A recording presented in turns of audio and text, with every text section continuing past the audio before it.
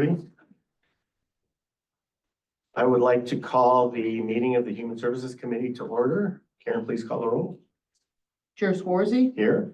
Member Corman Cahill, Member Garcia, Here. Member Desart, Here. Member Galassi, Member LaPlante, here. Okay, we do have a quorum. Do we have any public comment? No public comment. Okay. Do we have any member comments this morning? Hey, well, I would like to, first of all, wish everyone Happy New Year. So I hope everyone had a great holiday, staff included, and guests that are here today. And I would like to welcome our members that are here in the room today. Welcome back to the Human Services Committee.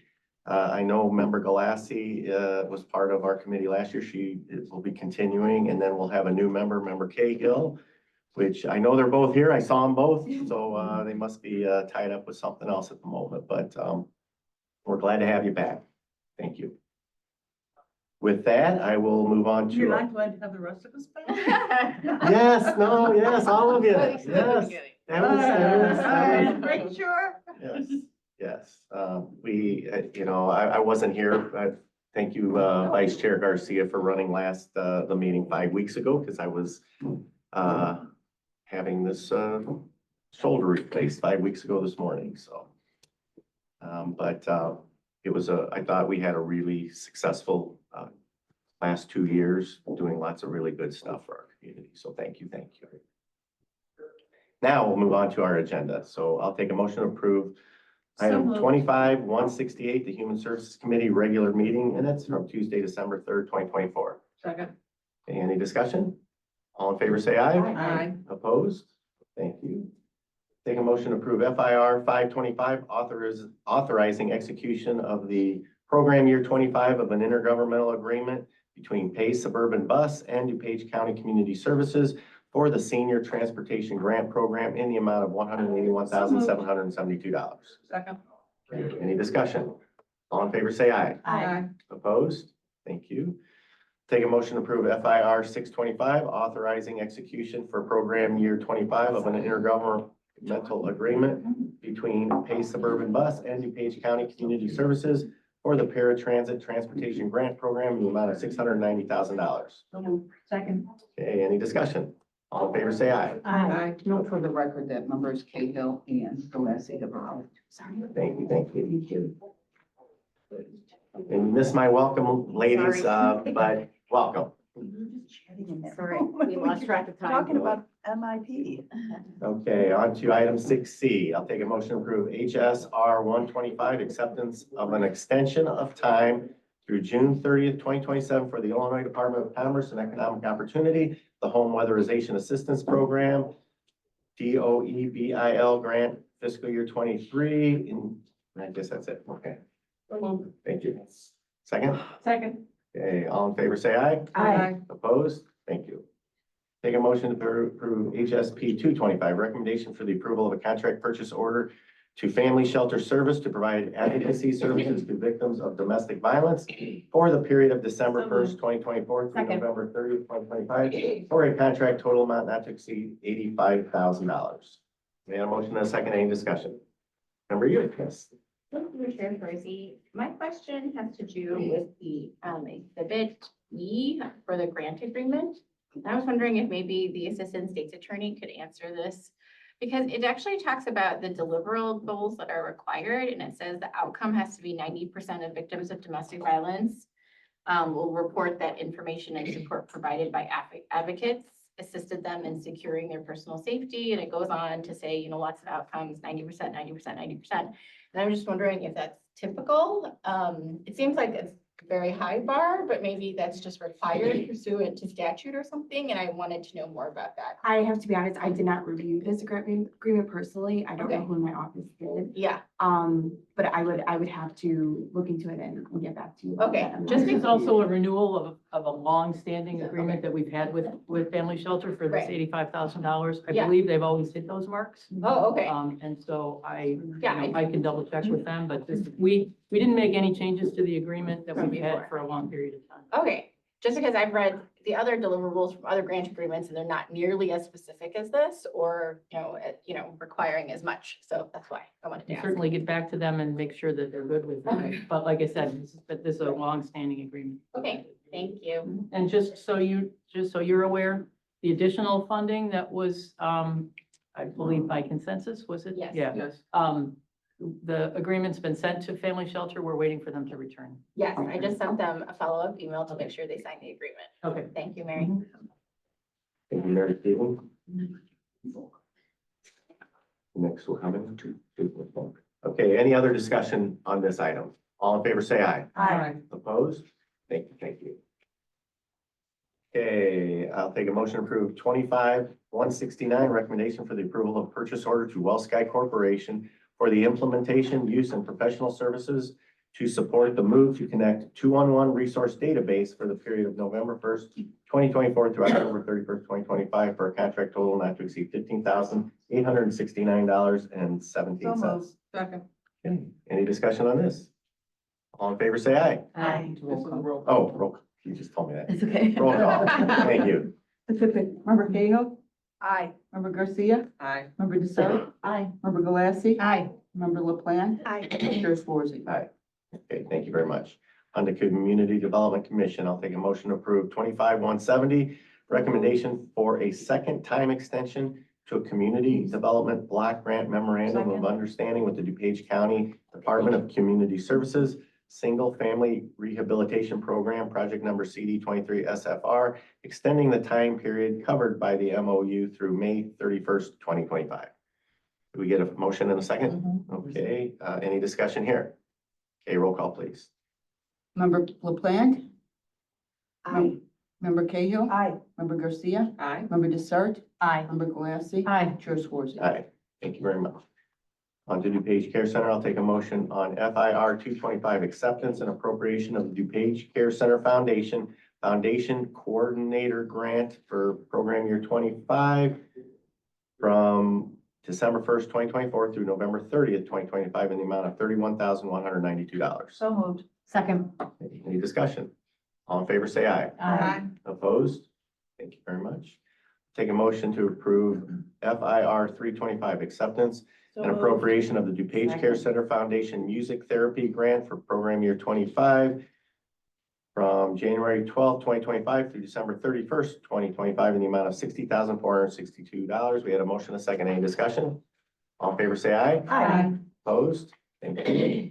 Take a motion to approve FIR 425, acceptance and appropriation of the DuPage Care Center Foundation Recreation Therapy Grant for program year 25 from December 1st, 2024 through November 30th, 2025 in the amount of $29,435. Second. Any discussion? All in favor, say aye. Aye. Opposed? Thank you.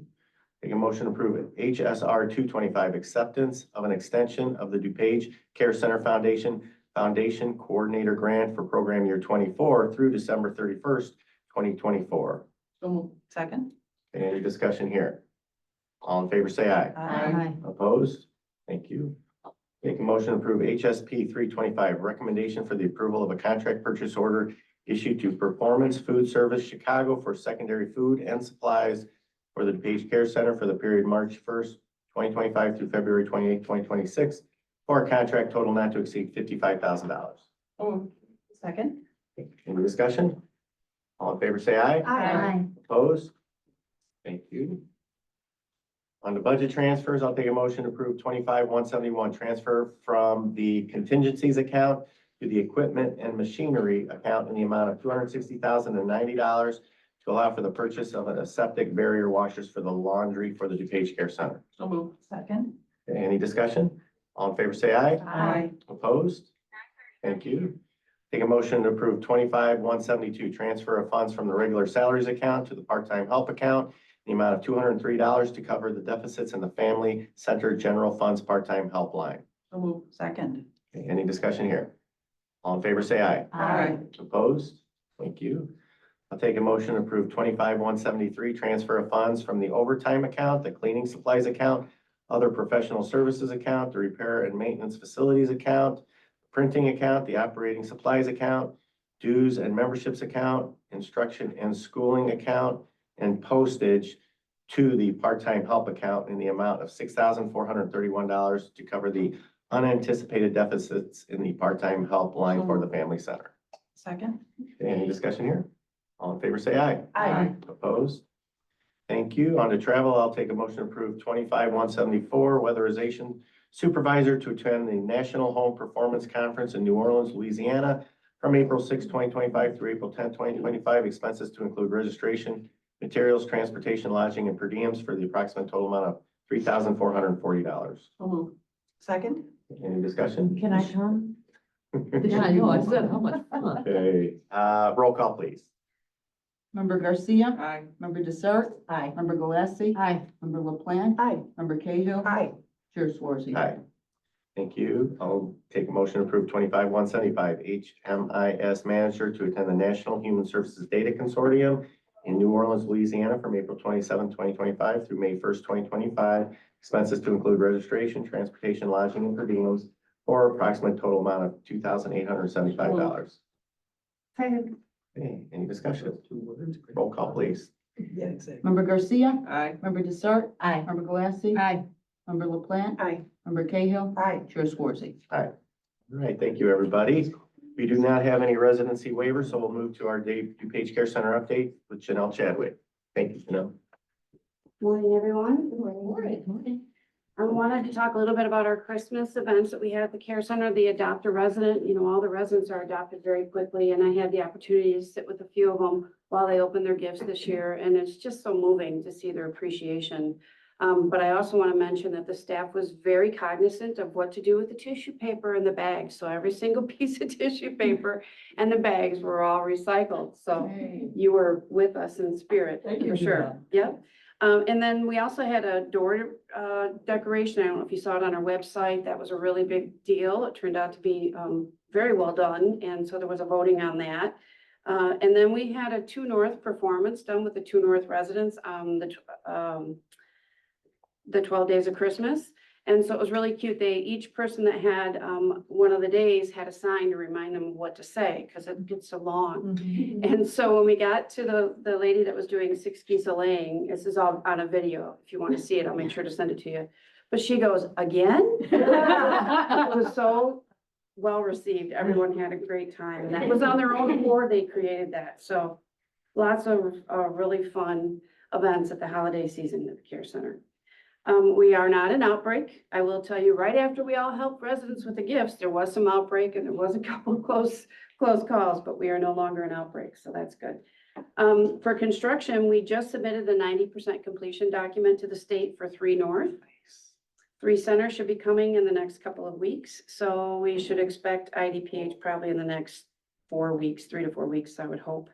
And so they are already planning. We have to move about 60 residents when that occurs from multiple units. And our dementia unit will be going back to their dementia unit, and the dementia unit looks beautiful. That's one of the biggest remarkable changes I've seen so far at the Care Center. So I'll be happy to share that with you when if you want to come over and take a look right before they move in and it's approved, because it is unbelievable with what they had and what they will have. So, yeah, yes. So those with dementia on different floors, will they all be moved to this one dementia area? The dementia unit 3 Center moved as a contiguous group of residents. It's a 16-bed unit. We put it on another floor. We had to move it for construction. So it was actually put on another floor, and we did a lot of planning for that because they like to pace, and where do we put the nurses station and where. But I So- thought on each floor, there are people that have dementia. They might have some dementia, but they have to be mobile to be on the 3 Center dementia unit. Okay. So you'll have, as dementia progresses, then they would go back to a regular floor out of that dementia unit. Oh, see, that's what it is. Yes, Okay. yes, because otherwise So- you have residents in wheelchairs that would knock over ambulatory. So it's always been a Okay. good process to separate. And the programming is different. Yes. Who's first? Thanks, Greg. Hearing a lot about norovirus out Yes. there. Are you seeing any of We that? did. We did have an outbreak. We are sometimes judged pretty heavily by our families, but we were really good at keeping it to 1 unit. Yeah, So good, because yeah, that's not probably a fun one It for is not. staff to deal with. it is. Thank not- you. Yep, yep. Actually, rhinovirus has been our worst.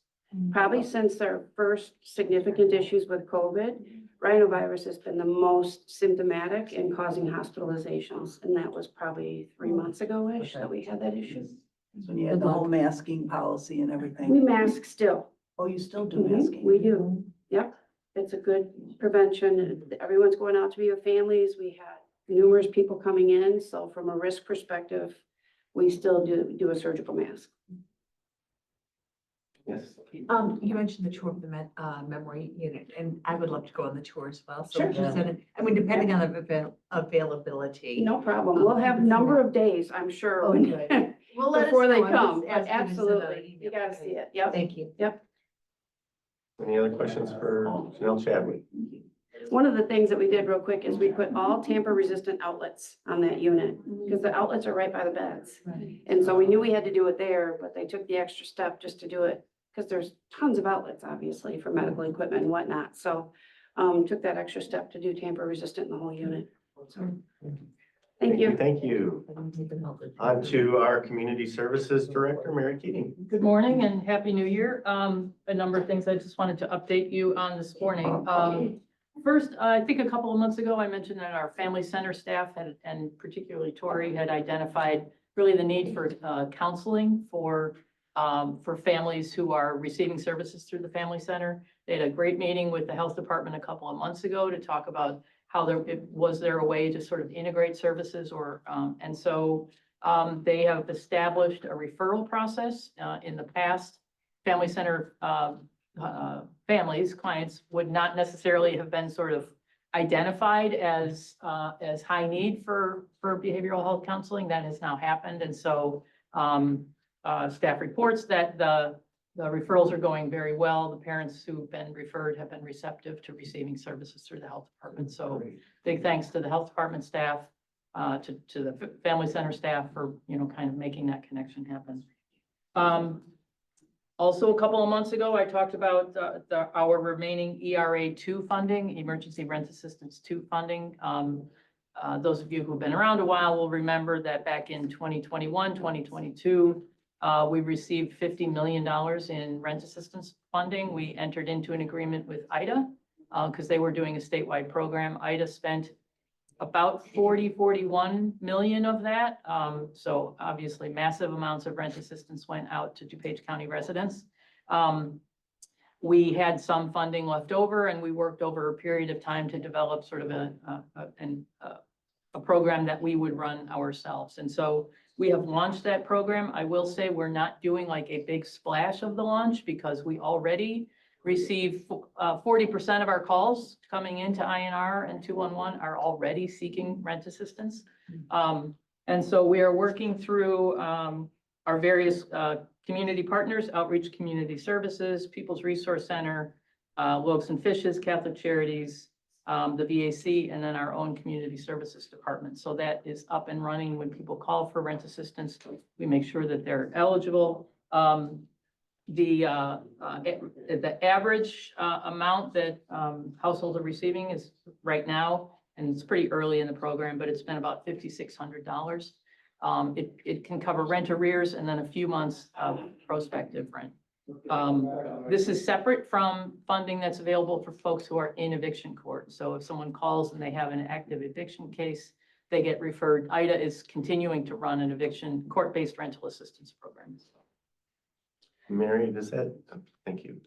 Said that money still, it has to be spent through 2026. Does that fall into that category? Yeah. So No, that- actually, no, this is 2025, but we're confident we'll have no trouble Okay. spending it.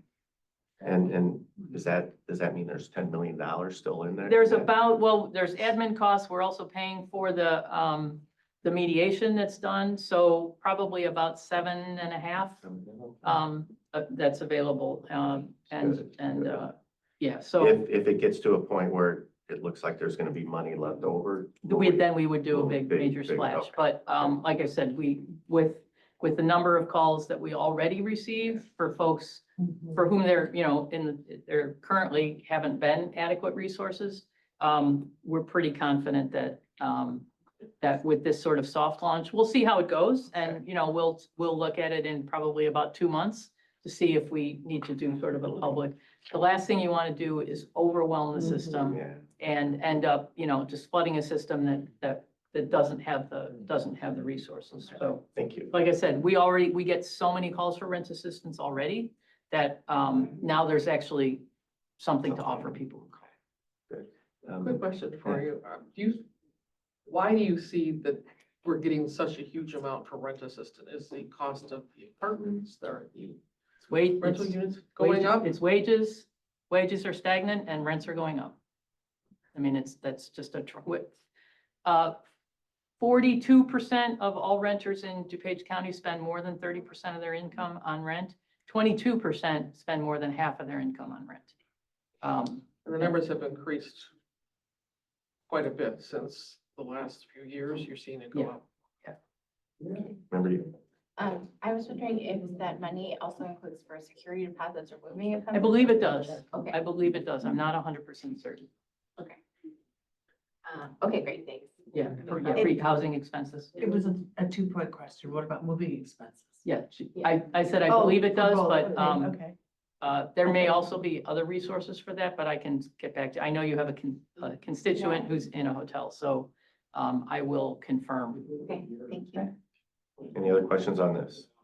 Thanks, Mary. Okay, our Adult Protective Services unit in November took 99 intakes. I remember when 50 was a lot. So that's a very large number. December tends to quiet down a little bit, but then January spikes again because people see their relatives over the holidays. They go home, they think about it for a while, and then they end up calling somebody in January that, hey, I think somebody needs to check on mom or dad. So we'll be talking about any potential for additional staffing in that APS unit. As you know, Adult Protective Services is, I think, some of, if not the hardest work that our department does. And so, big kudos to Shatanya Herring and that whole APS staff. They're really extraordinary people doing difficult work. And so we want to make sure that we're supporting them as best we can. Our 211 accreditation application has been submitted. That's a pretty big deal, showing that we are compliant with all the national requirements for 211. Do we anticipate when we will find out if we are approved? Or we received a response back that we have to respond back to, so So it'll be by back in July. And then finally, coming up, the annual homeless point in time count is coming up on overnight, January 29th and 30th. HUD mandates that local continuum of care do a one-night count for both sheltered and unsheltered homeless. Lisa Snipes, our continuum coordinator, does an amazing job with a committee of sort of putting together all of this. So there will be volunteers out combing the county, looking for obviously we know where all the sheltered folks are, but looking for unsheltered homeless. We work very closely. They work very closely with police departments. The Milton Township CERT team does an amazing job. They go out into the forest preserves, so they use it as a training exercise for themselves. So what happens is the volunteers, when they see somebody, they will make a determination whether or not they can or should safely approach that person. They'll see if that person is open to a conversation. They'll take some basic demographic information, if that person is willing to provide that information. And then they'll give them some, they give some gift cards and some food, that kind of thing, offer them supplies, and then offer them resources for housing. If you happen to read any of the national press in the last about 2 weeks, HUD finally released the point in time numbers from January of last year. And there was a massive increase across the United States. It was well over 30% increase. So every continua is mandated to do this point of time count. It always has to be the last week of January. So if you're interested in volunteering, or if you want to know more about it, just let me know and I'll connect you to Lisa Snipes. Is there something we do if we observe a homeless person? Where would we call to report that? Right now, Yeah. not on the 29th? Yeah. Just in general? Well, I Okay. guess, does it have to be the exact date? The 29th is the actual count, right? The 29th is the actual count. The volunteers will be out from, I think around 10 o'clock at night till about 2 or 3 in the morning. Okay. But no, typically, you can tell somebody to call, if you see someone and you speak with them, you can tell them to call 211. or PADS also has, I know, when April Redsick was here at the last Finance Committee meeting, I think that was, she did mention their cards, and so I will make sure that, we get some of those cards from April. Yeah, PADS does have a street outreach phone number. okay, great. That's all I have. Okay. Any questions for Mary? Thank you so much, Mary. Okay, on to old business. Do any members have any old business? Yes. I just have a question. As we're working on the, like member initiative program, I know could potentially be overlap with the grant program. Do we know the timing yet or when the rollout of that's gonna It's be? on my list, Oh. but I want to make sure anyone else had any, is there any, before we get into the small human services grants, are there any other old business? Okay. Let's turn it over to Nick. Thank you. So the question is there gonna be any overlap for that? There absolutely will be overlap. So Actually, my question was really just like, When- what is the when- timing of that gonna be? And can you just refresh our memory of what the parameters of that are? So if you recall, there is $1,050,000 that's reserved from ARPA interest in the small grant program. I talked to Mary Catherine and her team. We anticipate that going live, the portal going live, the education, the seminars out there, the second half of January. So we will go live on that program the second half of January. So And that then when will, will it close? what do you? 60 days. Probably 60 days after that, and then we'll move forward with the vetting and then move it forward for the approval for this committee for the awards. And if you recall, we set the value at a number that it will just come to this committee. Those will not go to board because it doesn't raise above the threshold. Same program as before, really no changes, but it comes out to 175,000 per district, if I remember correctly. But that will be the second half of January, so absolutely, that will be moving forward at the same time. So as you move forward with member initiatives, maybe you want to steer the nonprofits toward this program as opposed to your member initiatives. And if I recall, it's 300,000 in annual revenue. That is the 300,000 threshold. cap. That is your okay. cap. They must be less than that number. Okay, and it has to be a nonprofit and it has, is there a max that was it 25,000 was the max? 25,000 is the Okay. maximum. Anything over that, then it starts going to, authority with what you guys can do versus board. And if it closes, say, March 15th, when do you anticipate the funds being distributed? Like maybe May 15th? Like, So there is a little bit of time. I mean, obviously, once they're all submitted on the portal, if it's open for 60 days, the state's attorney really has the most work to do at the end of it. And once everything is vetted and legal, then we are gonna instantly turn around and run it through the committee for approval so we can cut the check. So I would say you're talking mid-year would be a fair, appropriate. and And then then my, June? May, June, probably you're looking. and then my final question would be, like, I know some were over subscribed, like the District 5, and then like District 3 where we didn't have the, applications to get to the 175,000.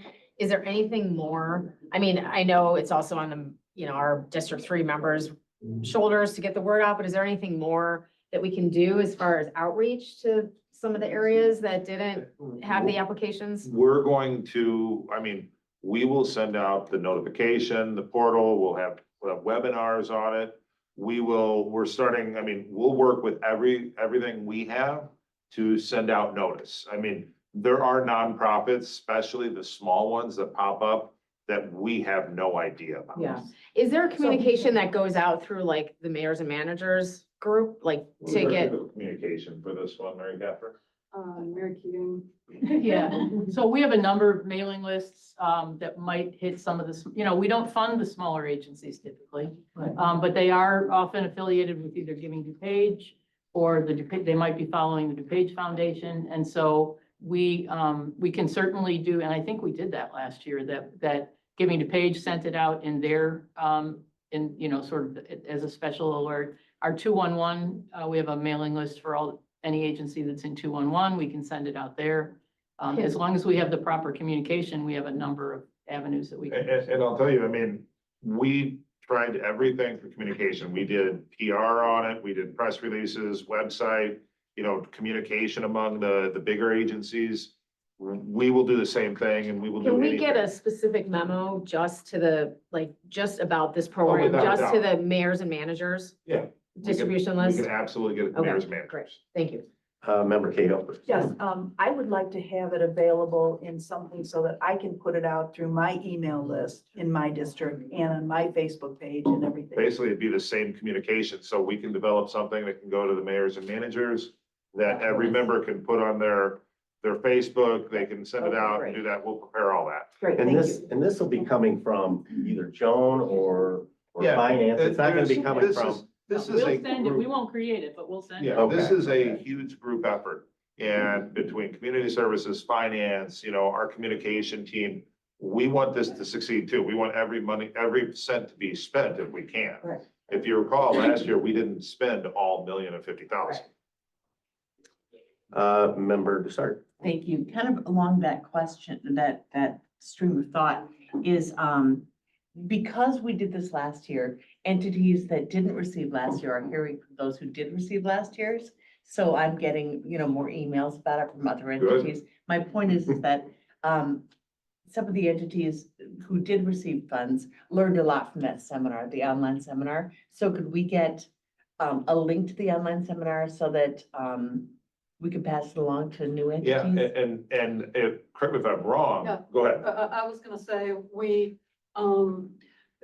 last year, we opened the portal, and then Mary Keating and I, and the team, we did the seminar then, so that, so we did it in that very first week, so that people could actually like go in and try it. Sometimes we do them beforehand, but, I think, so that's the way we would plan to do it. We might make a few small administrative changes this year, so, but in general, we have all the, we have the information that we're gonna need for the program. And we have the outline, the And- PowerPoint for last year's presentations. The So, webinar will be recorded Yeah, for it's- people, yeah. even if you don't. And you guys can send out the links to the webinar too. If you have a nonprofit Yeah. that's like, oh, I missed it, we will have it recorded. So they can, they won't, and Perfect. obviously they can ask us any questions after the webinar too. Right. And my second question is for the state's attorney, and that is, can our district meet together to discuss this without breaking OMA? How if you would have to have no more than. Well, that's, each district only has Yeah, 3 I can help you answer members. that question. Okay. Your district can absolutely meet on it Okay. because you will not break OMA on that with your district meeting. Oh, okay. And you guys can come up with, and we encourage you as a district to get together to say, okay, we have 175,000. Right. We've got 250,000 in nonprofits. How do we do this? What do we do? Sure. And come up with that list. I asked that question because 3 is 100% free. So, I mean, the question is, does 3 create a quorum on one of the committees you serve on? And that's why it's broken up district by district. So you won't break the quorum issues being on a committee. It's not a quorum of the whole, like for transportation committee or this committee. Okay, thank you. That's it. Okay, any other questions? So we did work, Vice Chair Garcia and myself and staff worked on tightening up some of the, requirements and just made it easier to understand for those that are applying. Those rules or direction will come out to our members as well, correct? Without a doubt. Yeah. Thank you. Okay, any other questions on this? Yes. It's not on this, but just to follow up, we can cover security deposit and forward rent. We cannot cover moving expenses. And I asked Joan Fox to reach out to you specifically about your constituents. Great, thank you. Thank you, Mary. Any other old business? Do we have any new business? Hey, motion to adjourn? So moved. All in favor, say aye. Aye. Thank you, everybody.